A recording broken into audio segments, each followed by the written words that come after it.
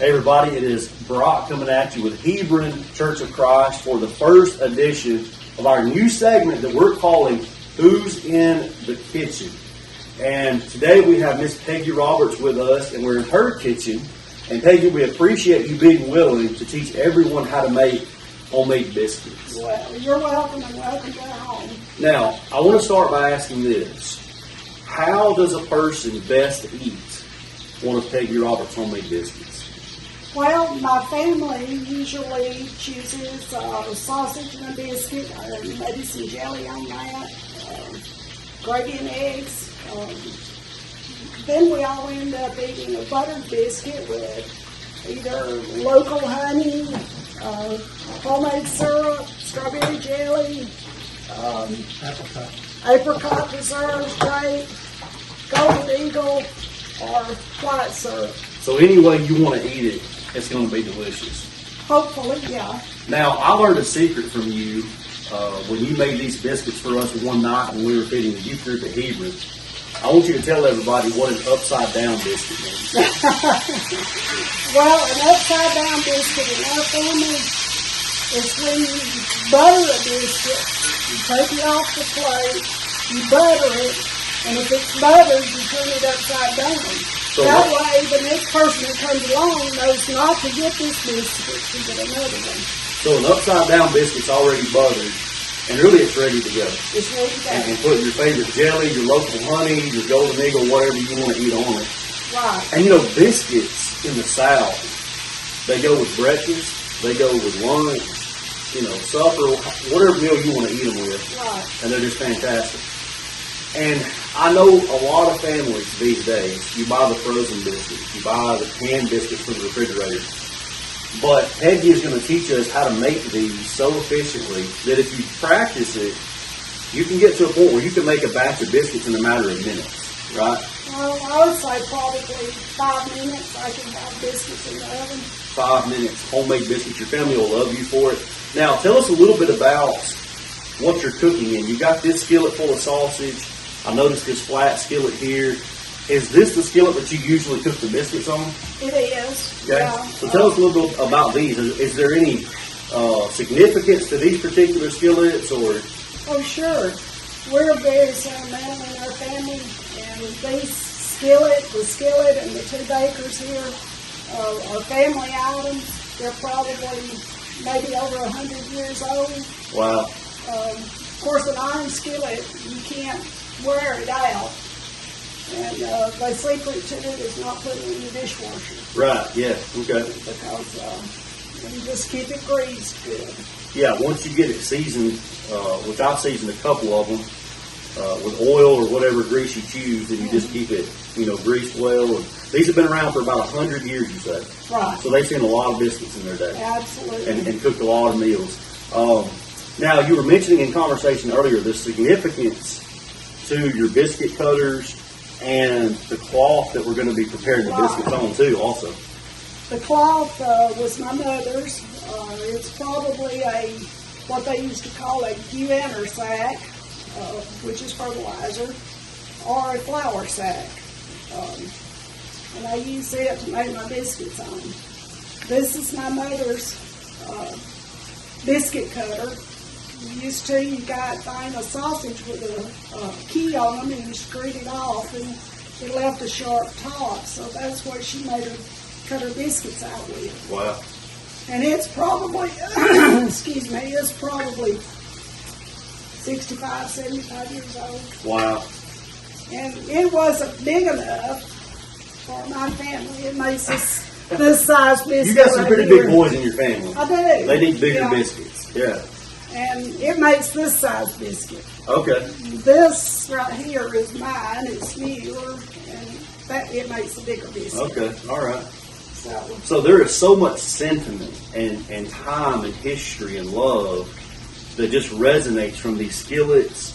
And I watched you that night that you made biscuits for the youth group there in the church kitchen, and I could see the love resonating from you in preparing those biscuits for those kids. And I imagine each time you make a batch of these, knowing that your family's going to enjoy them, you probably reminisce about your mom making biscuits for you, and all the memories that you've made in this kitchen with your family. So there's a lot more that goes into these biscuits than just flour and the other ingredients. But we're grateful that Peggy's going to teach us in this segment the ingredients that do go into these biscuits. So Peggy, I'm going to let you go ahead and start making another batch, throwing it together, and kind of just telling us as you go what's going in there, maybe how much. Now, if you're like my grandmother, you may say things like put a pinch of this and a dab of that, and we're perfectly okay with that. We'll figure out what a pinch and a dab is. Well, today I did measure out everything. Usually I measure nothing. Okay. It's just, But for the sake of us laymen, as we're learning, you've measured it out to help us learn how to do this. Okay, yes. we appreciate that. So I'll let you go ahead and get to it. Okay. Just kind of tell us what you're doing as you go. well, first of all, I use white lily flour, and I sift my flour. So white lily is just all-purpose flour? It's self-rising. Self-rising with white lily flour, okay. Now, why do you like white lily so much? It just gives me a good It's just your biscuit. favorite flour? Okay. I just sift it until I get a bowl full of flour. Okay. And would you call this like a medium-sized bowl? Yes. Okay.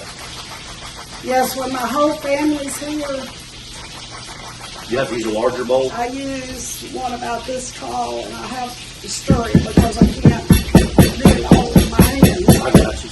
But you have to shake the flour down, then you make your little hole. And the flour's just kind of level with the top of this bowl right here, y'all. Okay, so you made a kind of deep pocket there to receive the other ingredients. Then you take your little shortening, grease the bottom of your pan with it. And like I said, today I measured. I have 1 1/4 cup of buttermilk. Okay, so 1 1/4 cups of buttermilk. I always use buttermilk Okay. because that's what my mother used, I reckon. Buttermilk biscuits, that's kind of a southern thing, I think. And then I use 2/3 cup of shortening. 2/3 cup of shortening. Now, are biscuits your favorite thing to make in the kitchen? What is your favorite dish to make in the kitchen? Biscuits. Biscuits, really? Okay. I've been making biscuits probably since I was 10 years old. Oh, wow. And if you're going to learn to make biscuits, don't give up on the first few batches you make. It takes a little practice. So don't get frustrated if you make a batch and they don't cook up just right. They'll probably Yeah. still taste okay, though. Yeah. So you can still eat them.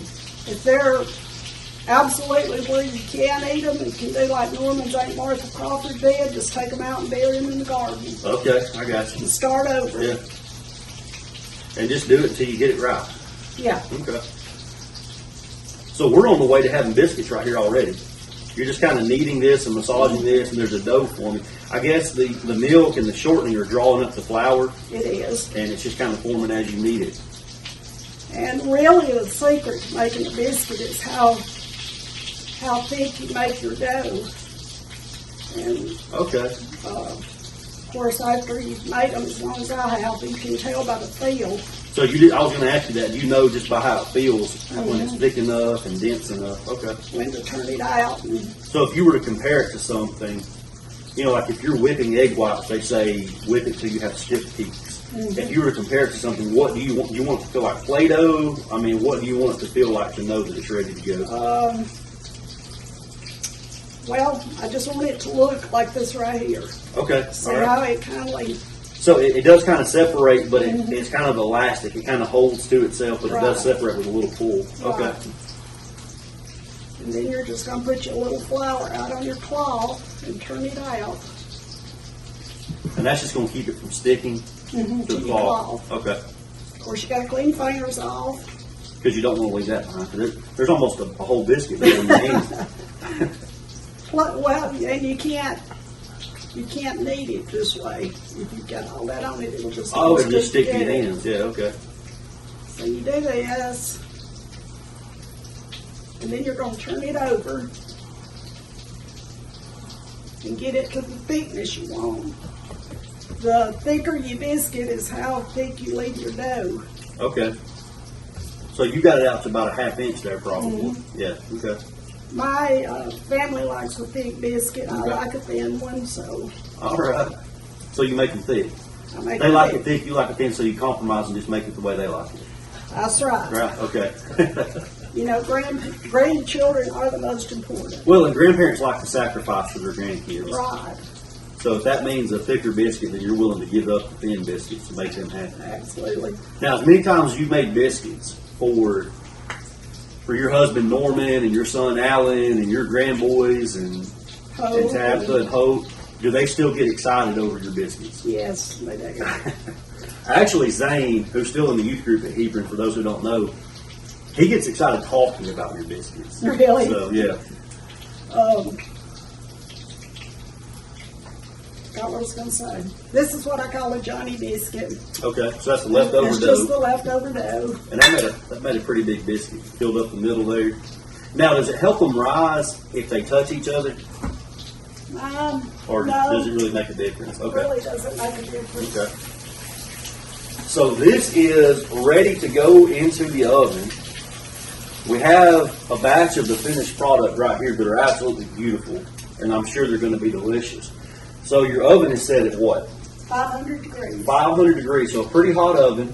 That's going to make them cook a little bit quicker, and you're going to have to keep your eye on. So what is this trick? What are you doing here? I'm just taking some of my grease and my sausage and putting it on top of So a it. little bit of sausage fat that is rendered out of the sausage into this 100-year-old skillet, and this is going to make them brown up better. Mm-hmm. Okay.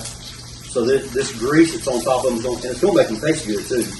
Right. It's got to affect the flavor. So Of this course, is you going. got your meat drippings in there. So Sure, yeah.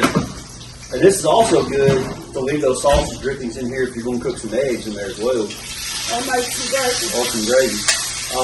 So how long are we going to have these biscuits in a 500-degree oven? It's going to take, in my oven, it takes about 12 minutes. About 12 minutes. So it's gonna vary based on the oven, Right. and you're gonna want to keep an eye on them. So if you're like me, and you might forget them, you better set a timer Yeah. for maybe about 10 minutes, and then take a peek at them, and then check them every minute or so. And basically, doneness, is it just going to be based on how golden do I want my biscuits? Yeah. Okay, so some people like a chewier biscuit, a little bit less done, and some people like them a little bit more done. So 500-degree oven, around 12 minutes. Keep a close eye on them. And look, y'all, I hope this has blessed you as much as it has us. And Peggy, we appreciate you greatly for taking part in this and teaching us how to do this. And y'all, we're going to eat these biscuits. So keep checking us out. Keep your eyes open for the next episode of Who's in the Kitchen. And I hope you enjoyed today with Miss Peggy Roberts in the kitchen with us. Thank you.